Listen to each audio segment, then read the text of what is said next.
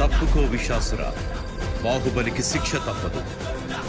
సోదరా ఇంద్ర, నీకు బాహుబలి కావాలంటే నన్ను గెలిచి తీసుకో.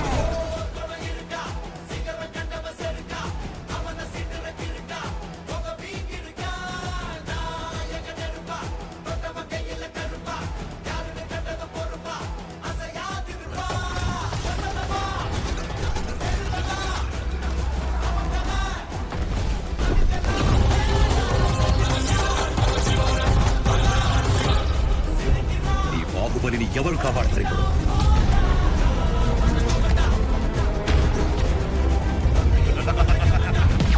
జై మహాకాల!